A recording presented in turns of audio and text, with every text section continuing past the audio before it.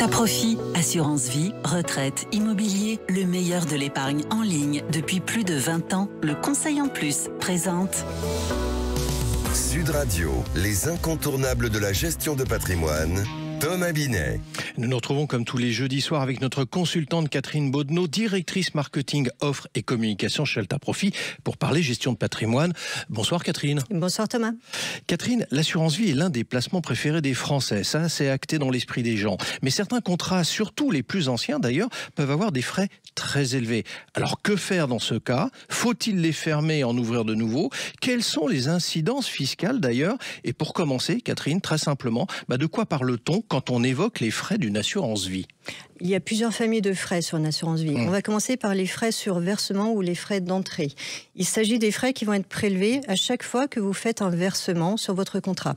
Ces frais sur les vieux contrats, ils peuvent aller jusqu'à 4%. Concrètement, si vous mettez 1 000 €, en fait, il n'y a que 960 € qui vont être investis et donc qui vont fructifier. Ensuite, on va parler de frais d'arbitrage. Donc ça, c'est à chaque fois que vous allez modifier la répartition de votre épargne. Ils vont donc être prélevés sur le montant qui est modifié. Ils vont être exprimés soit en pourcentage, soit en montant forfaitaire. Quand ils sont en pourcentage, en général, il y a un plafond. Ce qu'il faut savoir, c'est que sur tous les contrats Internet, que ce soit les frais d'entrée, les frais de versement ou les frais d'arbitrage, ils ont été supprimés, ils sont à 0. Ensuite, on a une troisième famille de frais qui est importante, ce sont les frais de gestion sur contrat. Ceux-là, ils existent systématiquement.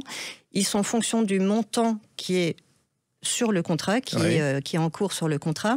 Ils vont être exprimés toujours en pourcentage et ils peuvent varier selon qu'on investit sur des fonds en euros ou sur des unités de compte. Et là, on parle de frais qui vont être de l'ordre de 0,5 à 1% environ de l'épargne investie.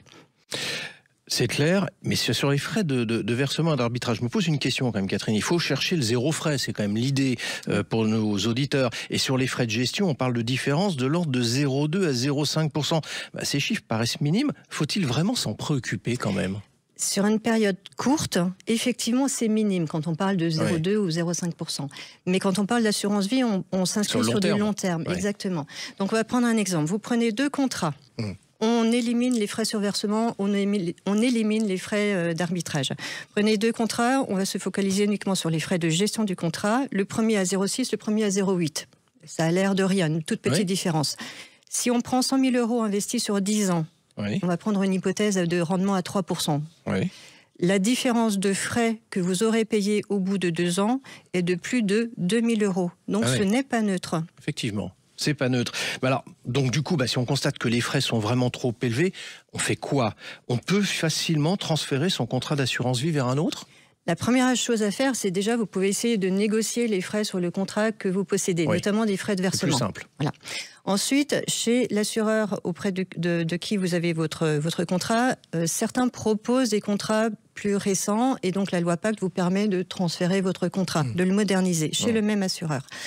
Et sinon, le mieux, c'est d'ouvrir un nouveau contrat qui sera plus performant avec des frais moins élevés. Mais attention, il faut bien avoir à l'esprit que vous repartez de 0 pour l'antériorité fiscale qui vous permet de bénéficier d'avantages fiscaux sur les plus-values. Donc si je comprends bien, on ne doit pas forcément tout fermer, c'est ça que vous nous dites, même si les frais sont trop élevés. Exactement. Donc dans certains cas, on peut garder l'ancien contrat qui a cette antériorité fiscale, mais on va arrêter de l'alimenter.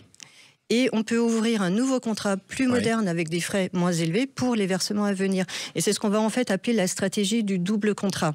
Donc d'un côté, on garde les avantages fiscaux et de l'autre, on optimise par les frais le nouveau contrat. Bon, donc en résumé, on ne reste pas passif face à un contrat trop cher, c'est bien ça? Surtout pas. Parce que l'assurance vie, c'est un outil puissant, mais encore faut-il qu'il soit bien géré. Donc il faut vérifier les frais qui sont prélevés, il faut comparer avec le marché et ne pas hésiter à diversifier. Mais attention, les frais, ce n'est pas tout. Donc il faut aussi vérifier l'offre financière, parce que c'est l'offre financière et sa diversité qui va vous permettre d'aller chercher de la performance. Restez vigilants, c'est ça votre maître mot. Exactement. Merci Catherine, on vous retrouve jeudi prochain pour un autre numéro d'Oser Investir, les incontournables de gestion de patrimoine. Et pour ce qui me concerne, je vous donne rendez-vous dès dimanche matin à 9h30 dans la matinale week-end. Sud Radio, les incontournables de la gestion de patrimoine.